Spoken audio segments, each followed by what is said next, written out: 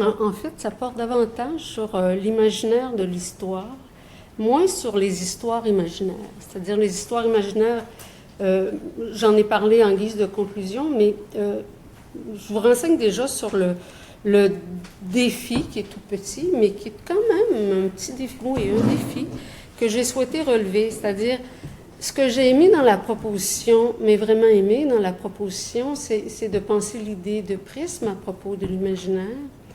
Et ce que j'ai essayé de faire, c'est justement de faire jouer ce prisme à propos des récits de mémoire, donc des récits de l'histoire. Et donc, d'essayer de voir dans quelle mesure l'imaginaire intervient. Or, c'est enfoncer une porte ouverte. Nous savons tous, parce qu'on en a parlé déjà ce matin et qu'on en est tous convaincus, que l'imaginaire intervient toujours, puis que c'est la voie incontournable de l'intelligence parce que ça en fait partie. Donc, j'enforce des portes ouvertes et je place cette communication sous le chapeau des petites études, un peu de manière scolaire, mais quand même. Alors, je me lance. Il peut paraître hasardeux de mettre en rapport l'imaginaire et l'histoire et de le faire en associant cette dernière aux histoires imaginaires. Cette mise en rapport qui a trait à l'imaginaire en histoire, pour indiquer encore davantage la relation dynamique qui les unit, laisse à penser la possibilité que l'histoire, le récit des hommes, tourne plus ou moins le dos à la vérité dont on sait qu'elle est changeante et qu'elle ne décrit que certains états de monde. L'ensemble des historiens a, à une époque, partagé un même vœu, que l'histoire fasse le récit d'événements vrais et, à la condition qu'ils en reconnaissent même la participation ou l'exercice, que ce récit soit lui-même empreint de vérité, voire d'objectivité. Dans l'esprit de ces historiens, la vérité associée aux événements n'agirait pas sous le pli de l'imaginaire, de l'imagination ou de la subjectivité. Paul Ricoeur a distingué, pour en discuter, deux visées, deux intentionnalités. L'une, celle de l'imagination, est dirigée vers le fantastique, la fiction, les réels, le possible, l'utopique. L'autre, celle de la mémoire, vers la réalité antérieure, l'antériorité constituant la marque temporelle par excellence de la chose survenue, du souvenu en tant que tel. La tendance est ainsi de conférer à l'imagination un caractère trompeur, de l'associer à un pathos peu justifiable, même lorsqu'elle est assortie au domaine de la fiction, dont l'utilité est par ailleurs plus ou moins reconnue, tandis que le récit historique est, pour certains, placé sous l'unique sceau de l'objectivité. Cette dernière paraît toutefois soumise à une visée imaginaire, dans la mesure où elle constitue moins une vertu qu'un travail et par conséquent une attente par rapport aux résultats convoités. Cela se conçoit pertinemment au moment où le même chercheur, Paul Ricoeur, nous dit « Nous attendons de l'historien une certaine qualité de subjectivité, non pas une subjectivité quelconque, mais une subjectivité appropriée qui convient à l'histoire.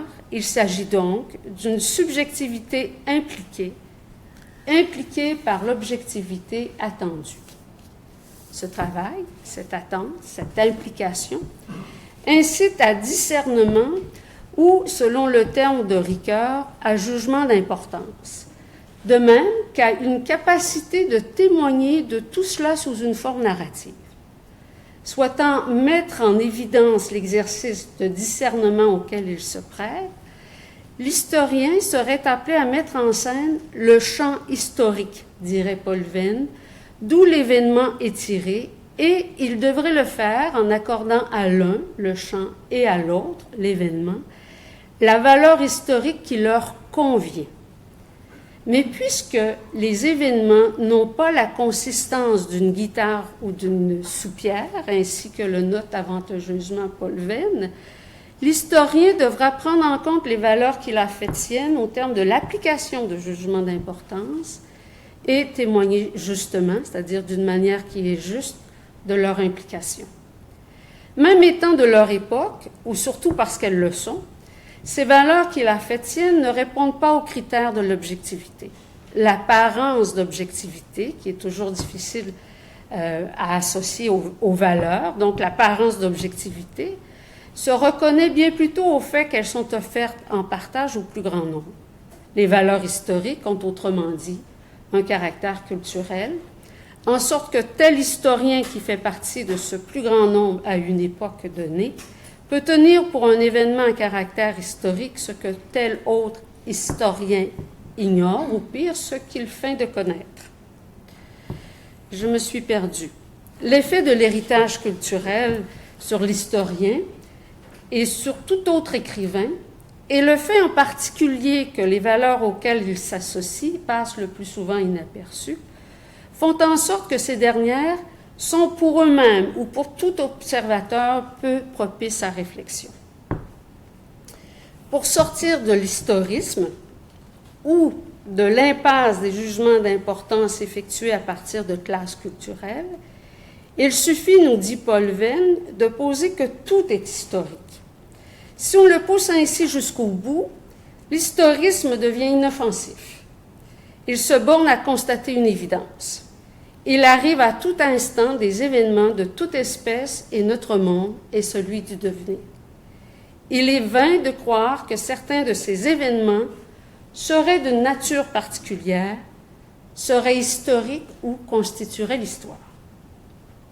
Si paraît méritoire le fait d'admettre que la considération d'événements ou de faits à caractère historique dépend de l'étroitesse des mailles de l'historisme en vertu de laquelle étroitesse tout commanderait d'être retenu ou conservé dans le tamis de l'histoire, d'autres aspects de la question invitent à réflexion.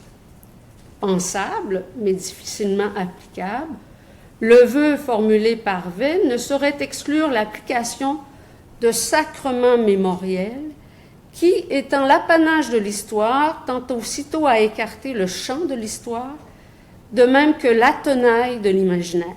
La tenaille ou les tenailles de l'imaginaire permettent par définition de saisir quelque chose, de serrer, d'arracher, ou pour le dire de manière moins brutale, de sortir de la latence ou de l'oublier, des événements qui, sans le récit, n'auraient pas été connus, soumis à l'exercice de la mémoire et ainsi promis à un devenir. Toujours afin de mettre à mal d'anciens critères de l'historisme et en conséquence, certaines des valeurs qui les justifient ou les sous-tendent, Paul Venn propose bon nombre d'exemples dont les tailleurs sous Frédéric II. Il les arrache du lit de l'histoire en se demandant si, en tant qu'êtres singuliers, ils sont susceptibles d'avoir quelque valeur historique. L'exemple est par lui-même singulier au vu de la culture de l'histoire. Cette fonction, avoir été tailleuré à une certaine époque, ouvre la voie à l'imagination pour qui cette fonction ne fait pas partie de celles qui lui sont culturellement connues. Et il en aurait été ainsi, même si ces tailleurs avaient été nommés ou décrits. Cet exemple permet toutefois de constater que la perception des oubliés ou de l'oublié dépend généralement de l'effectuation ou de la recollection, dirait Ricoeur, d'éléments situés en périphérie des faits et des faits plus connus. Le XVIIIe siècle, des méthodes de fabrication des vêtements, etc.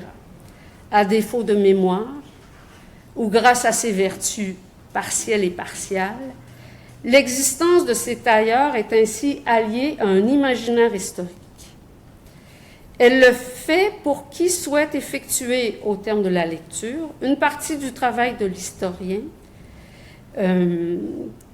C'est ça, je n'ai pas pu me lire. La simple sélection effectuée sur des existants passés, dont les tailleurs, qui se reconnaît à l'exercice usuel et admis du discernement en vertu duquel des jugements d'importance s'accomplissent en principe, ne fait pas l'histoire.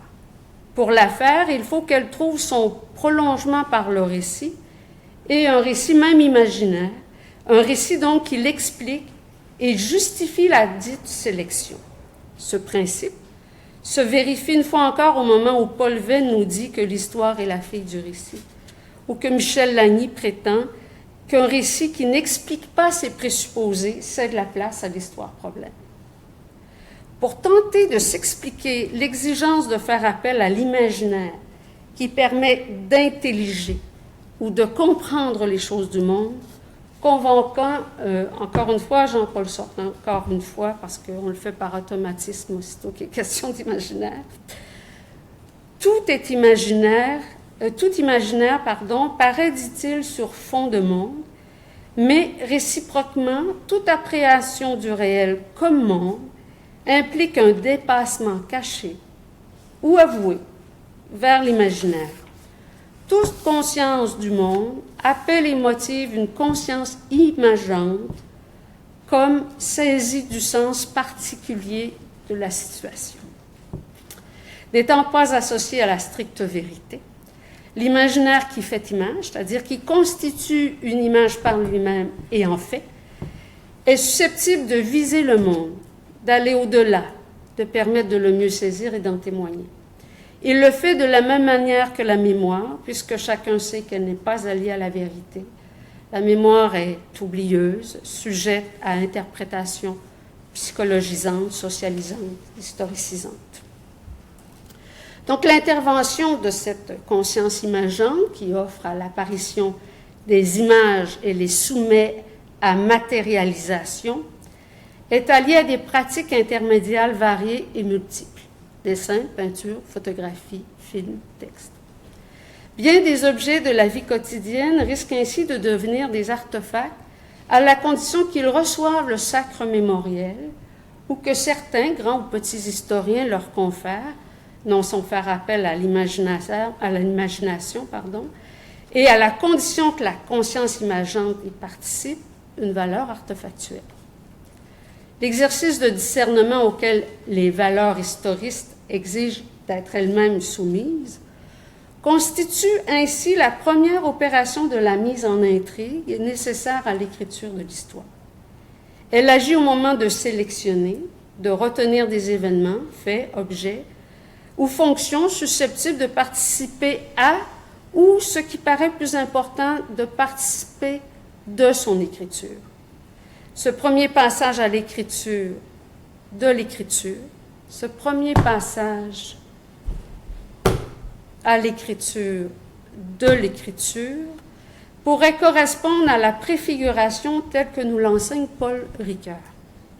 Même en acceptant pour un temps le caractère temporel qui constitue la figure principale de la... Celle-là est longue. De l'exploration du récit historique à laquelle il s'est consacré dans les 3 tomes bien connus de Temps et Récit, on peut en effet penser que le discernement participe d'un tri parmi le monde et ses objets, êtres et choses. La composition de l'intrigue est ainsi enracinée dans une précompréhension du monde de l'action et de ses structures intelligibles, dont font partie certains objets au caractère artefactuel, les archives, les images, les textes. Paul Venn formule un état de pensée à peu près apparenté à ce que nous venons de rappeler en insistant sur l'exercice de discernement dans l'histoire des peuples. Les historiens sont, dit-il, souvent tentés de détacher sur le fond homogène d'interactions de substances qui constituent l'histoire, des espèces de cadres qui expliqueraient le devenir historique, qui le commanderaient en dernier ressort, ou même qui le causeraient sans être causé en retour. Nous aimerions nous arrêter un temps sur cette idée de cadre, non seulement parce que ce dernier semble en lien avec l'appareil photographique et les études qui l'ont considéré, mais parce qu'il implique la perception, soit la sélection parmi un ensemble d'événements causés et de relations causales, nous dirait Paul Venn, ou le discernement et le montage qui s'inscrit dans leur prolongement. Notons ici que la comparaison depuis la photographie vers la perception qu'elle contient, permet d'enrichir la compréhension de l'efficace de la photographie dans la mesure où une opération de discernement est à son origine. L'effet conjugué de la perception et du discernement, grâce auquel certaines choses du monde sont soumises à sélection, est bien ce qui agit au profit de la photographie. Comme en histoire, la perception et le discernement y agissent en effet comme des opérateurs de marquage, de découpage, de montage et, ultimement, de traçabilité. Le marquage est en lien avec les objets du monde. C'est la raison pour laquelle il est prétendu ici qu'ils sont assortis à des formes d'écriture, qu'ils sont, qu'ils génèrent, qu'ils rendent possibles.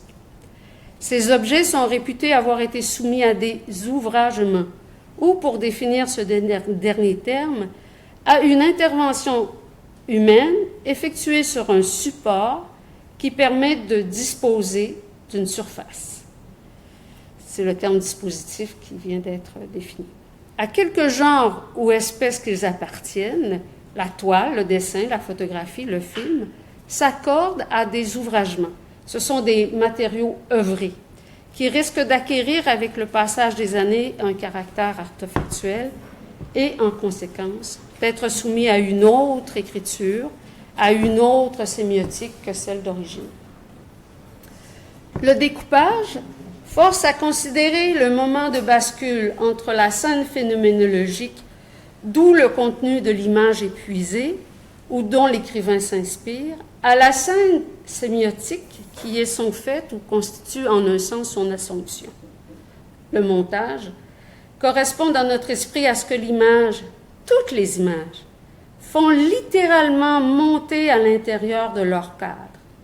Et que font-elles monter si ce n'est une perception à laquelle ni la mémoire, ni l'imaginaire ou la conscience imageante ne sont étrangers?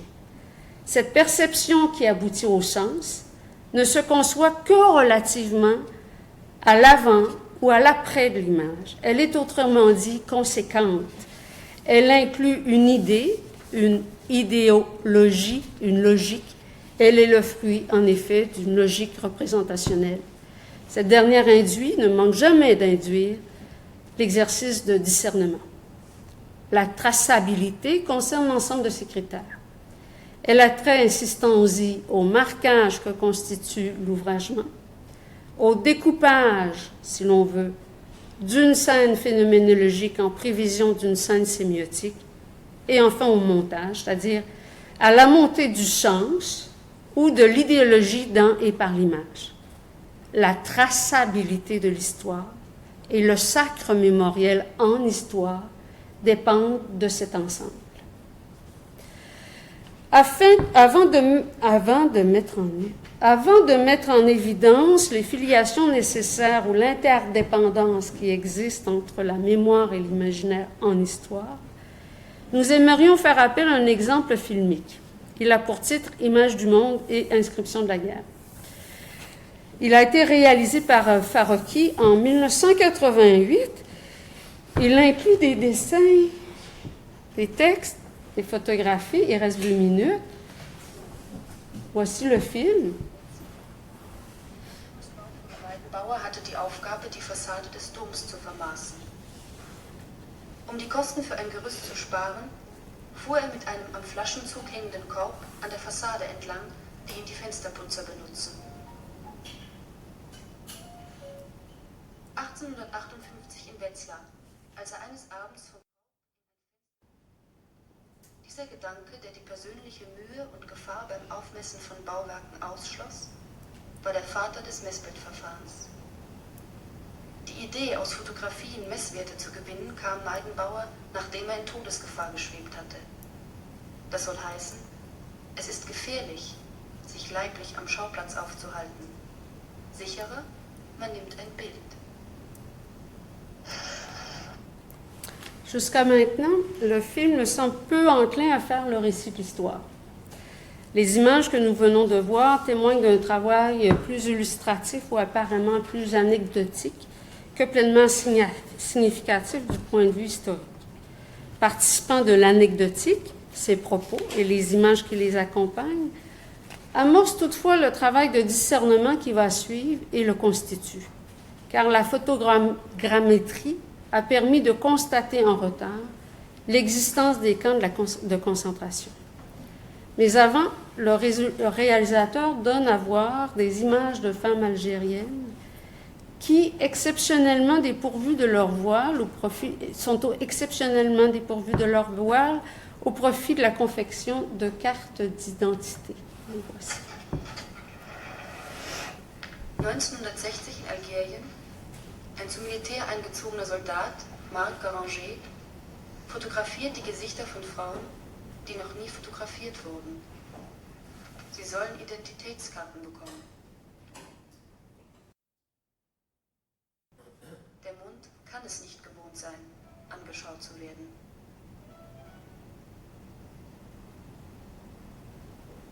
Ein Mund, um etwas schmecken zu können, muss seinem Gegenstand nahe kommen. Das Auge, um sehen zu können, es kann seinem Gegenstand fernbleiben. Quel rapport entre ces visages de femmes ainsi dévoilés et la photogrammétrie? La perception, le regard appareillé de manière photographique dans les deux exemples proposés par le film, sont associés à la traçabilité et à la reconnaissance. La reconnaissance du contenu des photographies aériennes ou des tirages obtenus par photogrammétrie est rétroactive, tandis que la seconde, la reconnaissance de ces femmes dévoilées, a été obtenue par la force, car leur visage est passé du domaine privé au domaine public. Voici la traçabilité de l'histoire. Die Luftaufklärung. In Mitteleuropa ist der Himmel meistens bedeckt. Klare Sicht nur an rund 30 Tagen im Jahr. Am 4. April 1944 war der Himmel wolkenlos. Vorausgegangene Regenfälle hatten den Staub in der Luft gebunden. Amerikanische Flugzeuge waren in Foggia, Italien gestartet und flogen Ziele in Schlesien an. Fabriken für synthetisches Benzin und Gummi, Buna. Beim anderen liegt die Industrie, das Lager. Erst 1977 gingen zwei Angestellte der CIA daran, die Luftaufnahmen von Auschwitz im Archiv zu suchen und auszuwerten. Erst 33 Jahre später wurden die Wörter eingeschrieben. Die Wörter Wachturm und Haus des Kommandanten und Erfassungsstelle und Hauptquartier und Verwaltung und Zaun und Hinrichtungswand und Block 11. Und wurde das Wort Gaskammer eingeschrieben. Bon, j'en suis à la conclusion. J'attends un petit papier, là. Conclusion, mais en tout cas, bon, bref, je fais court. Puis, ce commentaire parvient au spectateur par l'entremise d'une voix off. La photographie qui conserve, la bombe qui détruit. Voilà notamment le genre de rapport que le film établit. Pour le faire, il est passé de l'anecdotique au technologique jusqu'à l'historique, de l'artefactuel au factuel. Les camps de la mort ont existé. L'histoire est, on le voit, réassortie au développement des technologies qui ont mis à disposition des supports, des photographies aériennes par exemple, des surfaces, des dispositifs d'écriture. Ces supports ont été promis à un devenir, ils ont constitué une écriture, de l'écriture. J'aime assez l'idée de l'écriture, dans mesure où ce que le film montre, c'est bien qu'il y a de l'écriture partout, puis d'écriture de l'histoire partout. Puis ce qu'on fait, en fait, c'est de réaménager des écritures, de former d'autres écritures. Avant, on avait un terme, on parlait aisément, puis on comprenait ce que ça voulait dire. On parlait de la lecture. Là, il me semble qu'on en est à parler de l'écriture, tant on récupère des objets, tant on hybride, tant on crée des systèmes qui sont mutants. Donc, la fin de ma communication portait sur le travail que Bergson a fait et qui était consacré, tel que le titre de son ouvrage l'indique, à la matière et à la mémoire. Et ce que j'ai essayé de faire à l'aide de sa pensée, c'est de restaurer ce dont il ne parle pas, c'est-à-dire l'imaginaire, parce que ce qui coud, comme la couture, là, ce qui coud l'ouvrage de Bergson, c'est, quand on y regarde de plus près, moins la mémoire que l'imaginaire. Puis lui-même, lorsqu'on ouvre la première page de Matière et mémoire, il renseigne le lecteur en disant « La mémoire n'est qu'un exemple par rapport à l'esprit ». Or, tout le reste de son document porte en fait sur l'image, la capacité, le pouvoir de faire des images à partir d'un centre d'action, lui-même, hein, là on est dans le cinéma, à partir d'un centre d'action et de la pensée. On est dans le mouvement et on est dans la conscience imageante. C'est ce que je voulais montrer. Merci.